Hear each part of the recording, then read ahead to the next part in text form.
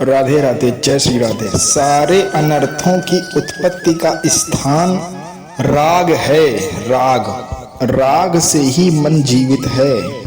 अगर राग ना हो तो विषयों में सुख का अनुभव कोई कर ही नहीं सकता। विषयों में सुख है ही नहीं, राग में है। राग में, राग राग। कभी कभी जैसे आपने शराब पीने वाले को देखा होगा, शराब पीता जा रहा है और बड़ा विचित्र तरीके से मुंह बना रहा है, लेकिन फिर भी उसका पान करता जा रहा है। मतलब कि एक एक इंद्रिय उसकी कह रही है नहीं, लेकिन फिर भी वो पीता जा रहा है। क्यों? क्योंकि राग है। ऐसे भी कई दर्शन हुए हैं, यही देखा है। एक और वृत्तांत बताते हैं आपको। परिक्रमा मार्ग में धाम के सामने बीच से नाली थी। ब्रज का था तो पहले रोड तो बना नहीं था। शाम के बाद वहां से कोई भी नहीं निकलता था, कोई भी नहीं। जिसको निकलना होता था वो किसी दूसरे मार्ग से चला जाता था। गाड़ी वाड़ी का कोई सवाल ही नहीं था। बड़ी टेढ़ी मेढ़ी नाली बहती थी बीच से। तो हमने देखा कि एक आदमी जैसे वैतरणी पार कर रहा हो, किनारे खड़े विचार करता है। रात्रि थी, वो कदम बढ़ाता है और फिर लौटा लेता है अपना कदम। अरे बहुत छोटी सी नाली थी, मान लो आप, बिल्कुल छोटी सी नाली, लेकिन टेढ़ी मेढ़ी थी। अब वो 10-5 मिनट इस विचार में रहा कि कैसे ये दरिया पार किया जाए, और उसने पैर उठाया और वो उसी नाली में गिर गया। मतलब समझिए कि वो उस छोटी सी नाली को नहीं पार कर पाया।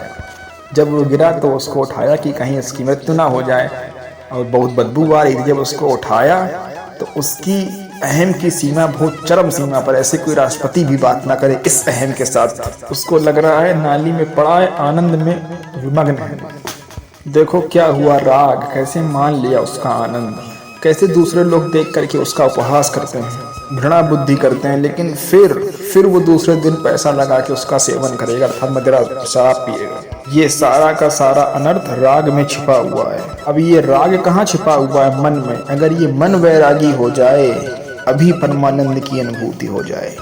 ये जिस विषय में दुख देख लेगा, ये राग जिस विषय में दुख देख लेगा, उसको भूल कर भी कदापि नहीं करेगा।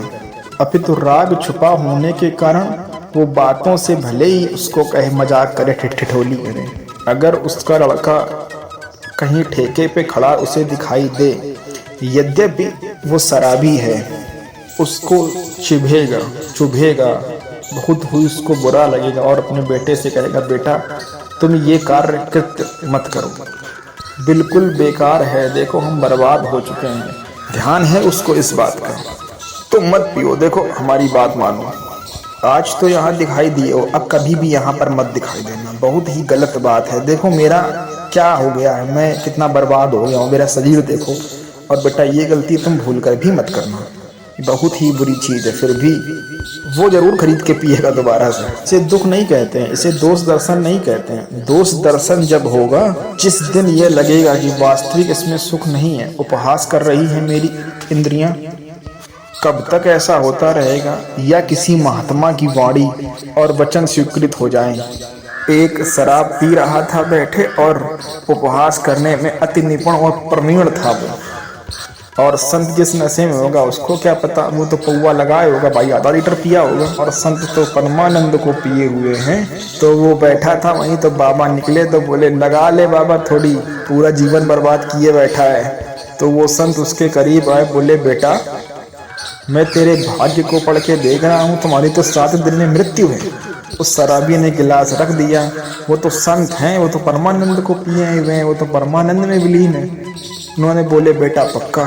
संत ने कहा, भगवान को साक्षी करके कहते हैं हमारे वचन मिथ्या नहीं है, 7 दिन में तुम्हारी मृत्यु निश्चित है। नशा उतर गया उसका, चरणों पे गिर गया महाराज संत जी के। वो बोला, महाराज बोले, क्या?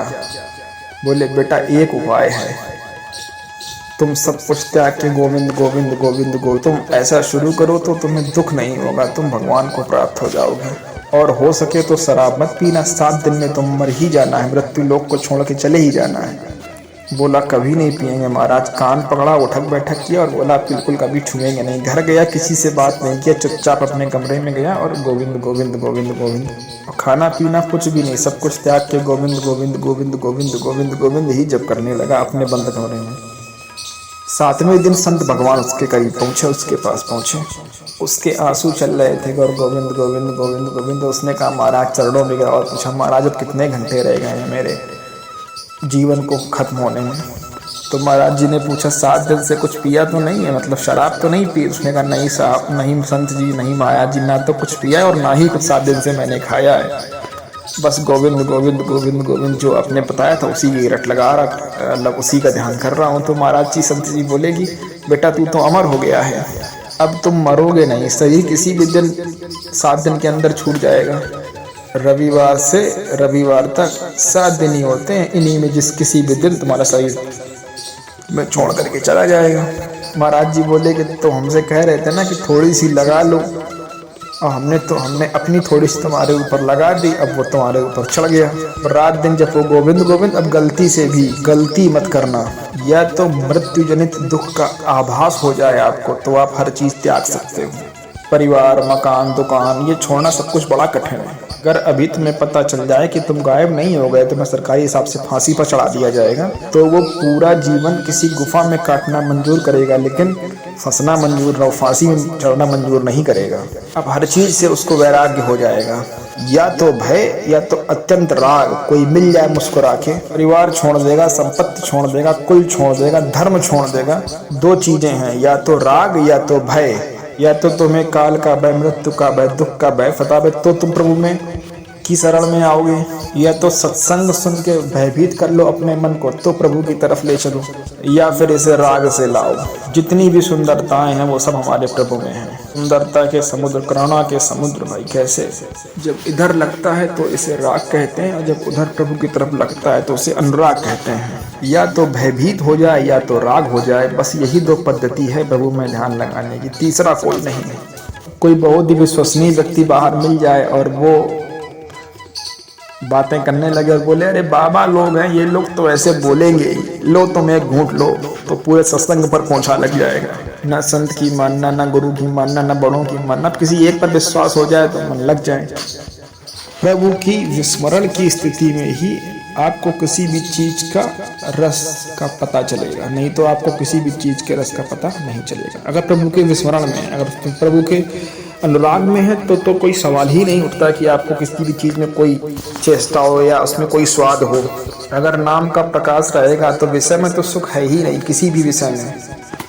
आप ये देखना, अगर प्रभु में आप विलीन हैं और आपका अनुराग प्रभु की ओर लीन है तो आपको मरने के समय किसी भी प्रकार का भय नहीं होगा, क्योंकि आप धनी हैं। हर व्यवस्था आपके चरण चूमेगी। अब आपकी यात्रा बड़ी शुभ होगी, मंगलमय होगी। इसीलिए सब मरने के नाम से कांप उठते हैं, क्योंकि आगे की कोई तैयारी नहीं है और आगे हमें जाना कहाँ है ये निश्चित नहीं है कि हमें कहाँ जाना है।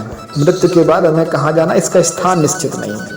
क्या है आपके पास? कुछ भी नहीं। जो बटोरा यहाँ इस मृत्यु लोक में, इस धरती में, वो सब यहीं पे छूट जाएगा, कुछ लेके नहीं जा सकते। और संत जन क्या बटोरते हैं? परम धन राधा नाम। वो अजर अमर अविनाशी हैं और वही साथ में जाएगा। और उस नाम का प्रभाव ऐसा है कि जितना भी कूड़ा करकट अंतिम समय तक जमा हुआ था भस्म कर देगा, कुछ भी साथ में नहीं रखेगा। केवल प्रकाश, केवल नाम, केवल प्रभु। मान जाओ। मानने से संसार के प्रति दुख दोष का दर्शन होने लगेगा। जो भगवान कह रहे हैं दुख यो लिया दुख ख्यालम, तो फिर मन नहीं जाएगा। राधे राधे, जय जय श्री राधे राधे राधे, जय श्री गोविंद गोविंद गोविंद गोविंद, राधे राधे राधे।